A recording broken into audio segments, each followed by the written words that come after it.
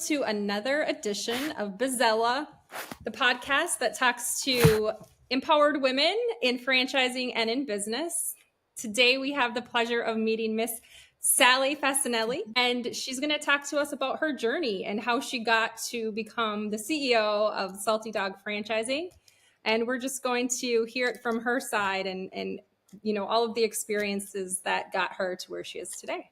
So thank you, Sally. Welcome to BIZELLA, and we'd love to dive into your story. So you can start wherever you want. All right. Well, wow. Okay. That's childhood, whatever you want. College, it's up to you. Awesome. Well, it's a pleasure to be here. I'm excited to share my story with everybody. Like a lot of people in franchising, I fell into it. But I fell into it twice, not once, twice. Most people fall into it and then just stay. My first experience was way the heck back in like 1997 or something like that. Anyways, a long time ago. I've been doing this 28 years, and I started working for a company that was not a franchise in the US, but they sent me overseas to open up their locations. I opened up their location in the UK, but it was for France and Germany as well. But I lived in the UK for a year and helped open that location. I had no idea what a franchise was. I was barely, 20, 21 years old. I think I had my 21st birthday over there. So came back to the US because England was amazing, but I didn't want to live there forever. And when I came back to the US, they didn't have a role that I wanted to take. So I interviewed around, found a company that was pretty awesome. They ended up being crazily enough in franchising again. And they were an emerging brand called Aussie Pet Mobile, mobile pet grooming, which is funny that today I am now the CEO of a brick and mortar pet grooming company. And that was literally 24 years ago. So I started working for them. They had 13 units and we grew a lot. I learned so much about franchising, and quite honestly, up until now, it was the most fun I've ever had, just developing a brand, growing a brand, helping people's dreams come true as far as the franchisees, things like that. From there, I went on to work in a variety of different suppliers. I own my own business, my own marketing agents with my ex-husband. I've had my other own business with myself. So it's been a long journey, and I couldn't leave franchising if I wanted to. I've had people try to recruit me away, and it's just like, yeah, no, sorry.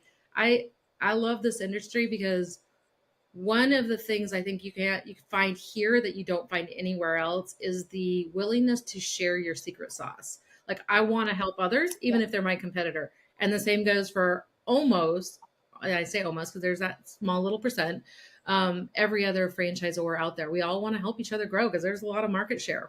I can't own it all. I want to, but that's right. Yeah. What I love about franchising is so many stars have to align for something to happen. So it's kind of like that magic of the universe, or, all of these things coming together to really bring people to success, or right. New franchisees coming in that have never done business before. And it is truly about like camaraderie and helping each other out, helping each other learn and grow. That's what I love about it. It's like, holy cow, 150 things had to happen right in order for this to even get off the ground, 100%. Yeah. So what are some big challenges that you have right now in the industry?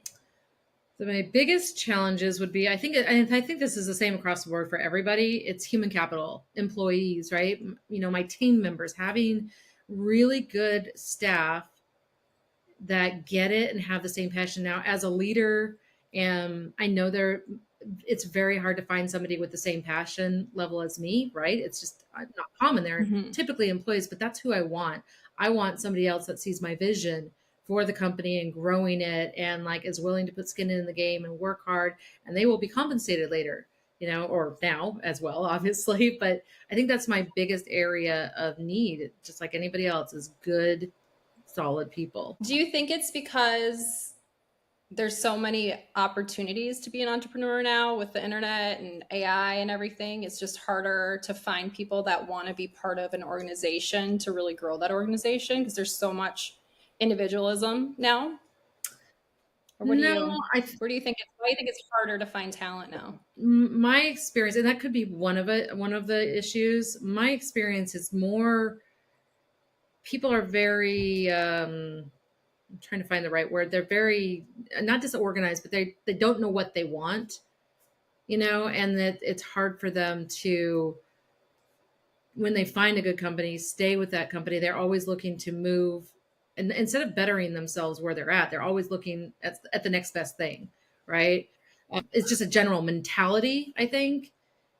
I don't know that it has a lot to do probably with the social media and AI and all of that. And like they're looking for that next big thing instead of going, okay, let me better myself now. Let me learn new skill sets and change my behavior and implement new ways of doing things so that I'm a better human. I'm a better employee. I can grow better. I can do more. They're looking to just get it handed to them. That's what I'm seeing. It's typically a younger generation. I have kids in that generation myself, so I'm experienced from a personal level, but I'm sure there are many other Mhm. issues as well. Yeah, I think that's a good segue. I always ask this question for women entrepreneurs and CEOs and executives is how do you balance the working mom life?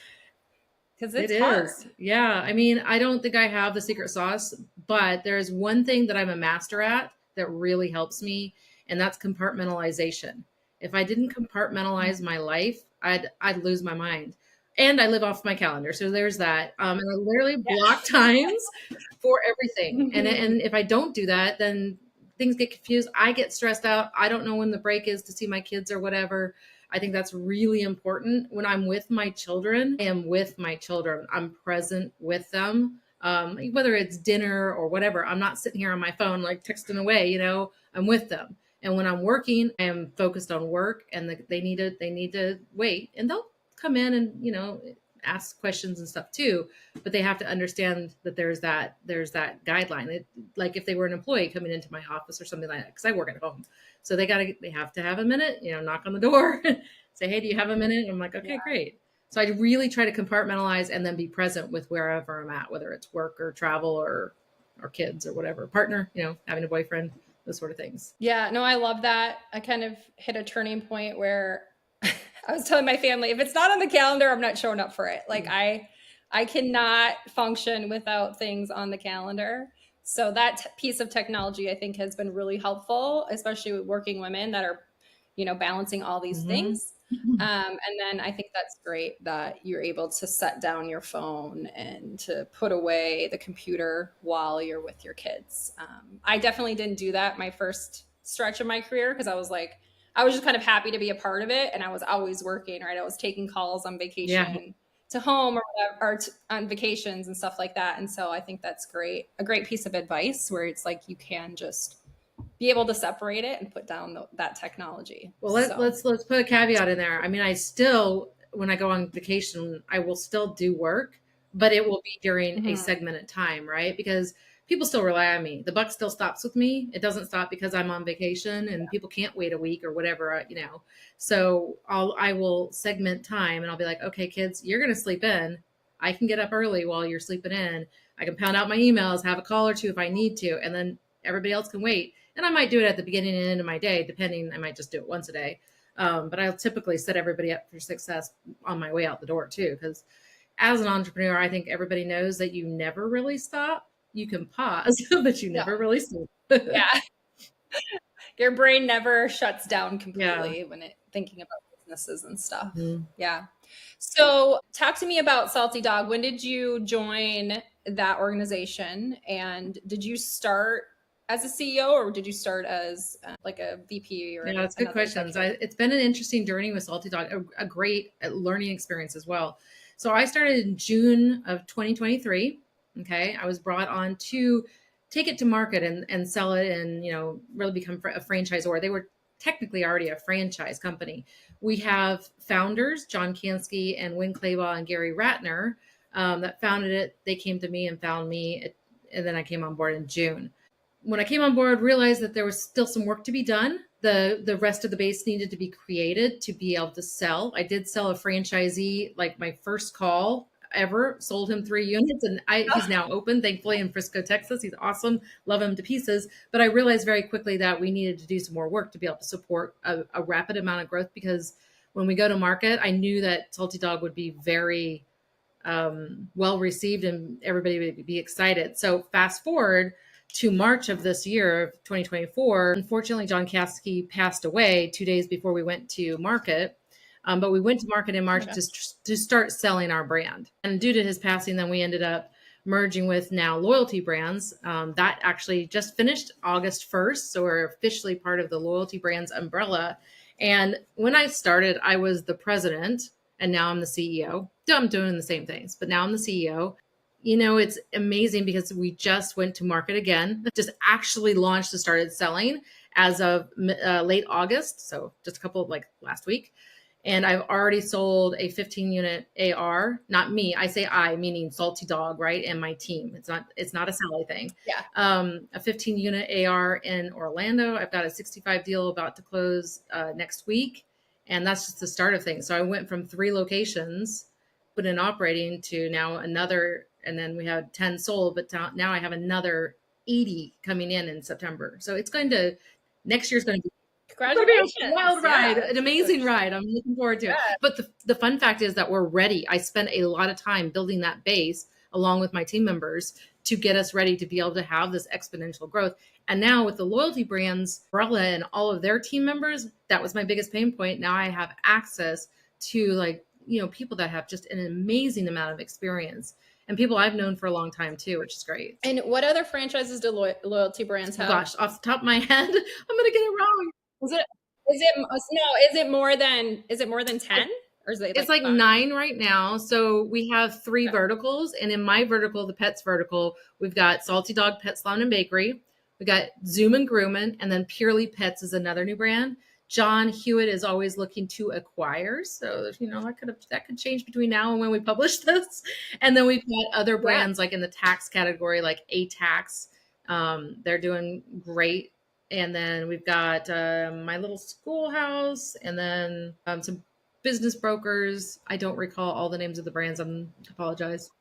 No, not to put you on the spot or anything. So the pet industry has grown exponentially. Is there a connection there? Like, are you passionate about pets, or is it more just like this is a great opportunity, a great company to continue to learn and advance your career? Or are you both? So I've always been passionate about animals. Like as a child, I was always collecting animals that were hurt. Like I would collect squirrels that had fallen out of the nest and nurse them back to life, or birds that had broken their wings. And I had snakes and turtles and horny toads and possums and everything that you can imagine as a child. Rode horses, had dogs, of course, lots of dogs. Love them to pieces. I think they're amazing. I think they're wonderful for humans to have as, part of their life. And my initial experience with Aussie Petmobile 24 years ago was such an amazing experience. I loved what I did there. And so when this opportunity, and I'd been looking to get back on the franchisor side of things for years, just starting about COVID time, about 2020, I was an advisor for a long time. And I was putting the feelers out, and I was just waiting for the right brand to come along, and looked at a few, and this one finally came along. And it was 2 things. It was 1, pets, passionate about pets, love them so much. But then the concept is beautiful. Like I just absolutely love everything behind it. And the culture is amazing. The founders, I love the founders like Wen Claybaugh and John and Gary are just awesome people. I call them my boys. Oh, and Ryan. Let's not forget Ryan. Oh my gosh. He's partnered with Win, but Ryan's awesome. So I just, I saw the vision, and I saw the people, and of course the pets. It was just like a magic mix. Yeah. I've learned that the people you work with, to me, and the culture is the most important. The most important. And I know it sounds cliche and corny, but it really does matter. And I think sometimes it's hard to find that fit, right? Mm-hmm. Where culturally you feel like these are your people, these are your tribe. I got really lucky with working with self-esteem brands right away because it was in fitness. And like, that was such an experience that I started like with the top franchise. It was really hard for me to go somewhere else because I was like, oh my gosh. Yeah. Like when you start with the best and the culture is the best, it's really hard to like downgrade, sure is. And so talk to me a little bit about, finding people and, that process of interviewing that you go through to make sure you're bringing in the right people for your organization. Well, I'm fortunate to be extremely well connected in the world of franchising and having been in it so long. I'm always watching. So I'm very outgoing. I talk to a lot of people and everybody knows me, but what they don't realize about me is I'm always paying attention, even if it doesn't seem like I am, and I'm always watching. And I'm always like cataloging people in my brain because at some point down the road, we'll work together. Whether it's they'll be my client, I'll be their client, vendors, things like that, or people that I'm like, damn, they are, oh, sorry, I swore. They are very good at what they do. Like, or hey, you know what? They have a skill set that is untapped. I can see it. I'm very good at seeing people's skill sets where they may not already know what they're very good at, but they're maybe not in the right role. And if that's something down the road that I can offer, great. So I basically tap into my network. That's how I do it. I don't need to put any, thing on LinkedIn. I could put something on LinkedIn though, but usually I just go through my Rolodex in my head. I'm like, or I will also reach out to my other friends that run other organizations within franchising and be like, hey, this is what I'm looking for.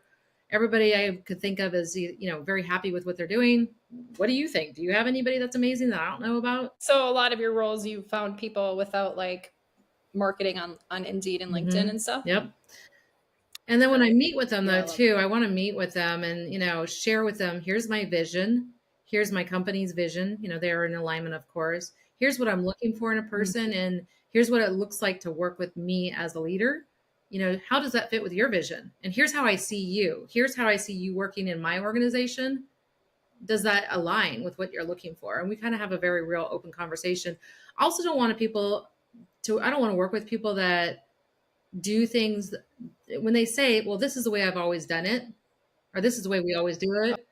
To me, that's like the kiss of death. Don't do that. Definitely. Yeah, the biggest red flag ever. And I've been at organizations where like they've told me that to my face multiple times. And I'm like, oh boy, like this is not going to be the right fit Yeah. for me because No, that's not how it's going to work here. progressive. Like, we are, there's a path and we're blazing it. And, sometimes the way we always did isn't going to work. Sometimes it needs to be tweaked or completely thrown out. You never know. Definitely. And especially as a woman CEO, still today, I just read the report where, I think now it's 13% of CEOs are women, which is not that good. It's not that great. Like we're not even at 25% yet. It was 8% Wow, at least we're previously. double digits. So we're making a little bit of progress. But as a woman in franchising, as a woman CEO, what are some of like the biggest challenges that you've seen in the workspace or on the personal side of things? in the workspace? I have found that until people know my title, that I'm dismissed. That don't know me. Obviously, people that in the franchise world know me. But I've had experience where I've gone to other areas and I'll introduce myself. They won't even introduce themselves to me. And I'm like, really? Okay, interesting. Especially if I'm standing with a man. So, and I literally had this experience a couple of times where I was standing with a coworker, somebody junior to me. Obviously, I'm the CEO.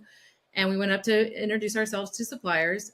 They didn't even say hello to me. They turned immediately to the guy and they were like, hi, blah, blah, blah, blah, blah, blah, blah. And I'm just like, and I let them do it because I let people sink their own ships. So I'm like, okay. And then they start asking him questions, like he's going to be able to give them the go ahead. And I'm like, that's when I interject. And they're like, oh, they start, then they start falling all over themselves. I'm like, you just want to backtrack. You just like sunk your ship, dude. Like you treated me with disrespect. Like I'm the redheaded stepchild. Like, don't do that. That's not cool. Hey, even if I was an assistant, like from, that just, answered phone calls or something, treat me with respect, That's right. Yeah. I always say I would treat everybody the same. The janitor, the CEO, you're not going to see any different treatment. You treat people with respect either way. And I think that those microaggressions are real, right? For women, they are real. And it took me a long time to kind of recognize it because I think when I'm young, I'm from a small town. I'm kind of like, again, when you're excited to be a part of something, then you kind of dismiss those things. And then as you grow and mature, you have flashbacks, you have flashbacks to those moments and you're like, oh, like that was either discriminatory or dismissive or like a microaggression that now as a mature woman in franchising or mature woman in business, you finally kind of find your voice and you go, like I'm not cool with that Yeah. anymore. And then I've kind of noticed too, when you start finding your voice and you start speaking up about it, there's a lot of pushback. There's so much pushback. It's mind blowing. I could tell you so many stories, not only from the past where people thought I was always the booth babe. I'm like, no, hello. Like I actually overcompensated. I used to a long time ago, like wear our like really aggressive business clothes to make sure that I wasn't getting confused.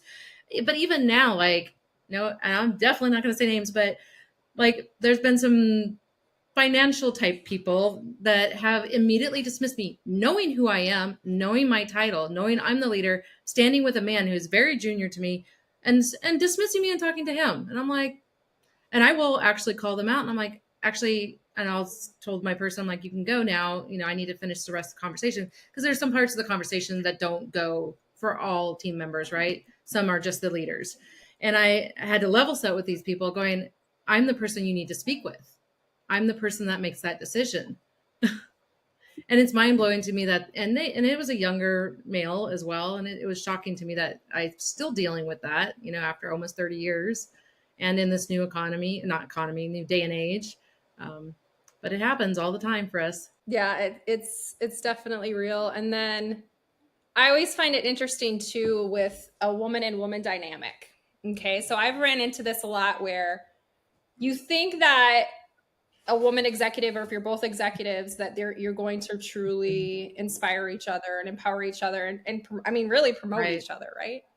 And I've almost seen the opposite where there's so much competition inside the organizations between women. And I would just really love for that to shift a little bit. It's kind of like, hey, I'm sorry, but just because you're a woman, I'm going to mentor you. I'm going to help you kind of find that pathway to what if you want to be a VP or a CEO. I never personally really felt that where I had like somebody take me under their wing and go, let me kind of Yeah. show you the ropes and how to maneuver as a woman You know, executive. I never had that as well. Like, I mean, I was just thrown in, which was great. I mean, I got so fortunate to be like taken under what I call the old, old boys club. Boys Club. You know, of all the Yeah. people and the famous people in franchising, they all, you know, I was very fortunate and I took advantage of that and created my relationships. But for many women, that's not the case. And I wrote this article in 2020 for Global Franchise Magazine. And I think I should put it out there again because it's so interesting. I talk about that and how women should support other women. And I'm a big Yes. supporter of that, unless you're going to be a backstabber. And, you know, there's a lot of women out there that will be nice to your face. And when you show me who you are, and then that's it. Goodbye. But I have a lot of great girlfriends now, like Anna Phillips, who's the CEO and founder of the Lash Lounge, and Shane Evans, same for the Massage Heights, and so forth. Allison Zurch, I can Yep. name them. There's a whole bunch of them. We all stick together, and we are like more the merrier. But if you show your true colors and you're not going to be part of it, you can go. If you read my article, it Mm-hmm. talks about finding your female wolf pack and how great it is because as a woman, not only are you dealing with all the things we've just talked about, but now you are everything to everybody. The buck is stopping with you on every single level as CEO, right? Business wise, all of your team Mm-hmm. members, all of your franchisees, if you're a franchisor, you've got your home life, which you've got your partner, your kids, whatever is in your home life. Um, Yeah. and where else can you be open and vulnerable but with somebody else that gets it from your standpoint. And I love men. Don't get me wrong; they're amazing. I've had so many great experiences with men, with a lot of men. Yeah, I mean, we're not Yeah, sitting here saying, men we don't bashing and get saying it. all men are bad or that everybody in the industry is terrible. That's not the case because I'm fortunate too. They let me into the club. Mhm. I had a boss. His name was Tom Gillis, and he promoted me to sales, and that's kind of where my career started. So I am very thankful. I'm not saying it's everyone. I'm just saying that it Oh, still totally. exists, and there's still a lot of work. I think there's still a lot of work to do for sure. Um, let's see. So, what about like, like earlier beginnings where you say you like animals. Were you always kind of an entrepreneur, or are you kind of a rebel, if you will? I was definitely the black sheep of the family. That was for sure. um, yeah, so definitely a rebel. And what was your? Oh, an entrepreneur. Yes. You know what's funny? So my first job, I was just a feisty little thing. I at 9 years old, not 8. I started pulling weeds down at the nursery down the street. I'd ride my bike down there. I wanted to make my own money and do things. And then from there, had a daycare after school at my house. So I was like 10 years old and I would watch anywhere from 2 to 5 children after school. I'm 10, right? I'm watching first graders. Amazing. And I did it for years and years and years after school. And then also during like holidays and breaks and things like that. And I did other things as well. But like that I did all the way through up until like ninth grade, 10th grade. Yeah. I made a lot of money doing it. It was That's great, amazing. you know? Good work ethic, starting to be an entrepreneur at 10 years old. Crazy. Yeah. That's awesome. Yeah. I started picking rock at 10, and then I was also a babysitter. Nice. And I always think it's so funny because like I have a 5-year-old, and I would never let a 10-year-old watch my kids. Right? It's amazing that they did it, you know, but I mean, the parents, you know, especially then, I don't think there was as many things as there are today. They were working moms. You know, one of them was a single working mom that I watched her 2 children, and she knew my house was safe. I mean, I was grown up at a very young age. I mean, so I'm sure I came off different than a normal 10-year-old, but we weren't leaving my house until much later when I started to drive and things like that. And it was, you know, summers, then I would start taking them places. But at that young age, they were at my house. What was I responsible for? Making sure their homework got done and they were fed and taken care of and safe, right? That was pretty easy to do. My mom was upstairs, so there was that level of security too, but she wasn't involved in actually the care. Yeah, but that really set the foundation, it sounds like, just for your ambition. Because I think, like you said in the beginning of this conversation, is you have to have a vision. And most people don't have a vision. And I talk about self-mastery a lot. And kind of the shift for me was when I stopped focusing on controlling other people and just like really focusing on controlling myself. So what are some tips about self-mastery, or what are some things that you do to continue to improve, you know, personal development, which then rolls over to your role? Well, so I've always been somebody that likes to learn, but there's a caveat with here. Lots of people like to collect knowledge. I'm not a collector of artifacts that can sit in my brain and collect dust. It's not for that purpose. So I'm trying to learn to consistently put into action and to better myself as a human, first and foremost. Secondly, as a business person. So first, my human self comes first. The better human I am, the better I am overall, right? And sometimes I read spiritual books. Sometimes I read business books. It just depends.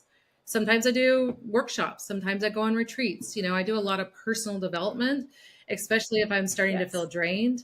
And then recently I just started mentoring for the first official time ever in my life. I've gotten 28 years without this, which is ridiculous. I recommend this to everybody. I've just started getting mentored by somebody who is amazing. And I'm really excited about being mentored, and he's helping me, like, so an outsider helping you change the way you think, or to think about something in a different perspective, which I pride myself on in general, but he's helping me do it to another level. And that makes me a better example. I love that, because it's like, you don't have pride, you don't have ego. You're going, I'm here at this level, but I'm still knowing that I can improve myself and reaching out to somebody to help.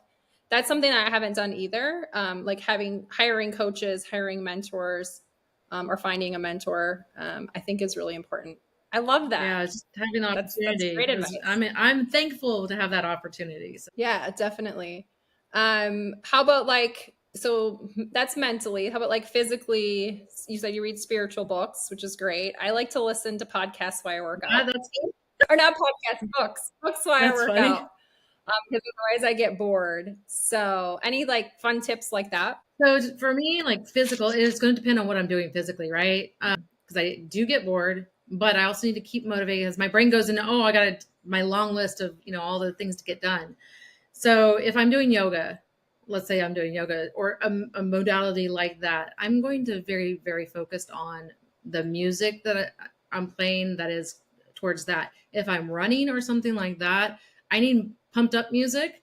I actually don't listen to a lot of podcasts while I'm working out. I tend to listen to music, and it's more of a get me in a zone kind of thing. Like a meditation. Yeah, it's more like a meditation. Yeah, and because I need that, my business brain is always going. So I do like to listen to a lot of podcasts, especially when I walk. So if I go out for a walk by the beach or something, that's a great time to listen to podcasts, you know? Yeah. So how do you unwind then? How do I unwind? Let's see.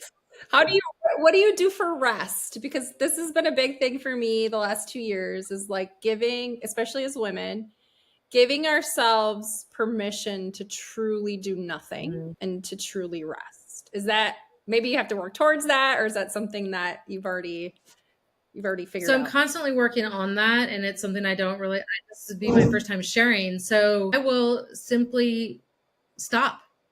And if I want to watch TV one day, I'm going to watch TV. That's not very common, but I get bored. I might stop and read, and read not a business book, read something else. I might stop and just, paint or draw or something like that. So and I don't tell anybody. People will be like, "You have this time, whatever. You're home. You don't have kids. Let's go out." I'm like, "No, I'm busy. I got plans, and the plans are with myself." So that's a long way of saying I make plans with myself, and that plan could be Date anything. Yeah, yourself. basically date myself. I could literally do almost Mhm. anything, and it's dependent on what my energy level needs. So it could be solitude, but it could be also going out, taking myself out to dinner or whatever, alone. Like I like to be alone sometimes. Actually, like my own, self. I'm good company, right? Does that Presence, make your own sense? energy. I think a lot Yeah. of Oh, people it does. don't. Yeah, just to be, I think that's part of self-mastery, is if you can't spend a half an hour or an hour in silence alone by yourself, or go to a movie by yourself, or you know, go have a glass of wine at a wine bar by Right. yourself, I really feel like there's something that's missing, or there's that anxiety there where I always have to be entertaining somebody else or taking care of somebody On. else. So It's basically on, take that right? time for you. Yeah, Mhm. sometimes you need to be you need to be off and just with yourself. So I've learned that, and I've learned to be alone, and frankly, I let people in because I want to let them in and enjoy spending time with Mhm. them. I'm not lonely ever, which is kind of cool. Yeah. But when you're running an organization, it is a lot of you're sharing your energy with people. Well, and you have to set the tone every single day, every single phone call. You know, I once had a call recently with somebody that gave me a really great piece of advice. One of my partners, he was like, "You know what, Sally?" He's like, "You're the leader. You're a female leader. He goes, you're probably in the top, point whatever 1% of people out there in your type role." He goes, "There's different expectations set on you. So whenever somebody calls, you need to always be on. You need to always be positive." Because I tend to be a real, like very real, like, yeah, I'm having a rough day. I'm sick today, but I'm still here. I'm still kicking ass. And he was like, "You need to be on. You need to set that positive tone, because if they see you not doing it, then they're going to take their foot off the gas and they're going to step back a little bit." So now I'm always putting Mhm. my best face forward when I'm with them. It's sharing my energy, like you said. Yeah. Yeah, and that's why that rest is so important, to So recharge. is. Everybody has a battery. Some people have 1,000 volts and some people only have 100 volts, but it's our job to really figure out how much battery pack we have. And what feeds your battery pack too. And it might be different today than it is in a week. Definitely. Yeah. I kind of realized too, when I get a little bit older, like I don't like going into crowds and stuff, just drains me. It'll give me energy for those days, but as soon as I get back from a big business trip, I don't know about you, but I'm taking 2-3 days off just doing Yeah, I nothing. think I think that's a not so secret for all of us out here in franchising. I think there's a lot of us that are, and I love it. It totally feeds me, and if I didn't have it, I think I would wither away and die or something. But like you, I'll come home and I will. My kids know. I come home from a business trip. I'm done. I don't want to go out. I want some peace and quiet. I'll enjoy them, of course, right? But I don't want to go party Mhm. anymore. I don't want to, I need that time alone or whatever. And I think there's so many of us, because I've talked to other executives out there, they're very, very similar. They all say the same thing. Yeah. And I started to notice too, like CEOs would like quiet exit, Hmm. where they're not saying, we call it the Minnesota goodbye. Just like a lot of tips that I've just absorbed from CEOs over the years, of like, oh, they're not going out to the parties and having tequila shots. They're not, whatever. They're taking that time for themselves and making sure they're setting the tone and an example for You got everybody. to do that. I mean, I do go out and have fun, but I won't do it to the detriment of whatever my next day looks like. So let's say my next day looks like I need to get up and speak first thing in the morning. I'm not going to be out all night having tequila shots, but the night afterwards, I might be. You never know. It just depends on, because I want to have fun too. And I think that's letting my hair down is important. One thing I noticed as a female, and this is interesting, this a man named Steve Olson, somebody that used to be in franchising for a long time. I went going back to those days where I wore the business suits and I was like always buttoned up and tried to be super professional. I never let my hair down. I never partied. I never went out, all the stuff, right? One day he came up to me and goes, you know Mhm. what, Sally? He goes, people know who you are. People know you're smart. It's okay to let your hair down and have fun a little bit. You know that you know your stuff, and tomorrow you're going to get up and do what you're supposed to do. Have a little fun once in a while. So I do that. Yeah. And I mean, I think that's part of that double standard, right? That we all as women, business women, we all are like, well, it's just a kind of sometimes a double Oh, standard with the way that males can act versus how we can act or how we can carry ourselves. I think you telling me about you being buttoned up, I kind of went to the similar phase where I was like trying to not be sexy, right? Like you're like, how do I like I'm a naturally sexy person. Like, and I'm not trying to be weird it's about it. yeah, It it just is. is what it is. You have an energy about yourself. And so I caught myself kind of like, trying to cover up and wear my hair back and wear glasses and like just really be conscientious about that because I wanted to be respected. Yep. You want to go like, no, I'm actually I'm a serious business person. Like, this is my passion. This is what I love to do. So I'm kind of hoping in the future that we can let our hair down more and just be who we are and be more authentic in the office and even out of the office. Well, I mean, I've You know? started doing that because I used to be exactly like that. And one day I said, you know what? I want to be myself. This is ridiculous, right? I'm not going to be unprofessional. But now, if you were to see me at a conference, I'll dress professionally, but it's on the beautiful, fashion, sexier side because that's who I am. Mhm. That's I want, and you'll Right. see me sometimes in a skirt with like weird fishnets that have like little stars on them or something. But they're not like super sexy fishnets or something like that. Like it's not weird like that. It's more I'm cold. I don't want to have my legs out there, and I want to have fun at the same time. So I'm wearing like a fashionable outfit. I'll wear tennis shoes instead of heels because I'm walking, but they're cute tennis shoes, right? So I've started just Right. implementing that, and it's more about if I feel like because I'm well known and I'm at a place of where I am at now in life, if I do that and I feel comfortable dressing these ways, obviously I'm not going to wear like I don't know something swimsuity or something random around a conference, but if I can dress like this and I can feel comfortable allowing myself to shine through, maybe other women will start to be comfortable and stuff like that. And so now I've noticed Yep. people are starting to wear tennis shoes more and like the different things. And I'm like, oh, this is good. You know, That is, it's it's progress. progress. It really Yeah. is. It's cool. And entrepreneurship is an Hmm. expression of self, so we should be able to be as women be able to express ourselves any way we want in business without being Right. judged because that's what we want, and I feel like entrepreneurship you can make your dreams come true and make other people's dreams come true and really extend who you are through business, You know, you, and that's what I love you about said it. something really interesting in the beginning about, and I don't know if we were being recorded during this time or not, about not controlling what you couldn't control, basically letting go of control. Here's one piece of advice that took me a long time to master, and I'm still working on it. But what other people think of you is none of your business. You can't control it. Yep. All you can do is be your best self, and you can. I might make a mistake today and tomorrow, or yesterday, or whatever. I can be a better self tomorrow, the next day. I'll definitely make mistakes. I'm going to continue to. It's the way it goes. Life goes, right? But what people think of me is not my business, and I can't control it. So I love that you said that because I have, yes, I that has been a mantra for me for the last 15 years. And I actually teach my that's daughters that, amazing. where it's like, if you can really understand how much people don't think Yeah. about you, nobody's thinking about you. Everybody's self preserving. Everybody's going, what can I do to make myself better? Like, really, people aren't thinking about you that They're not. much. And whatever's going on in their brain, this is another thing I teach my daughters as well because I have two daughters and a son. But how people are with you, what they do to you, how they treat you, those sorts of things. It's a reflection of themselves. Their relationship with themselves has nothing to do with you, unless you're being a nutcase and you're being a total horrible person to them or something like that. It has nothing to do with you.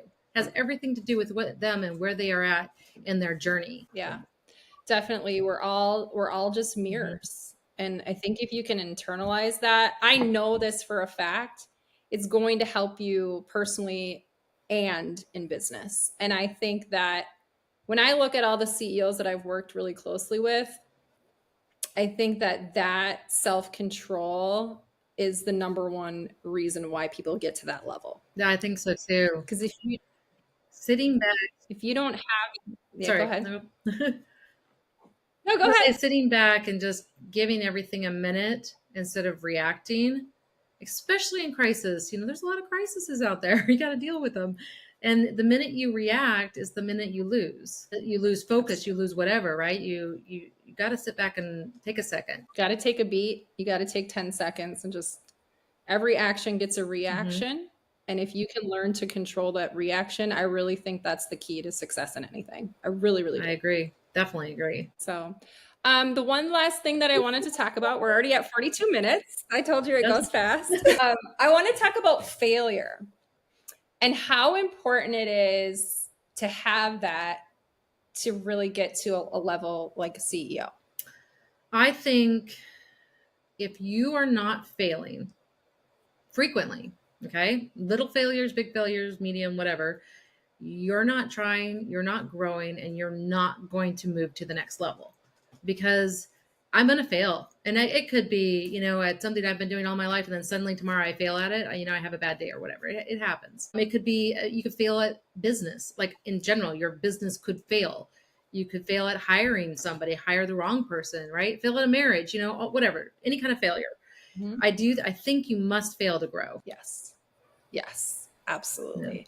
I think that people's fear of failure, and I know this isn't like all the philosophies in business, so this isn't new, right. But if you are so afraid to fail, you really are just going to stay stuck. You're living in a state of fear. If you live in a state of fear, you can't move forward. Which is the lowest vibration. Like it's the lowest vibration, fear and shame. Mm-hmm. If you're stuck in that, you will not move. You'll just be like in the mud forever. It keeps you frozen. So yep. It does. Well, we could chat forever. I'm going to end it at 43 minutes, but I love this podcast. And thank you so much for coming on and being real and raw, because that's what I do here. And just love to tell stories and people's personal stories and how they've really persevered, because it's not easy. It's not easy. I appreciate you bringing me on here. It's been fun. And hopefully we'll talk again sometime. For sure. Everybody check out Salty Dawg Franchise.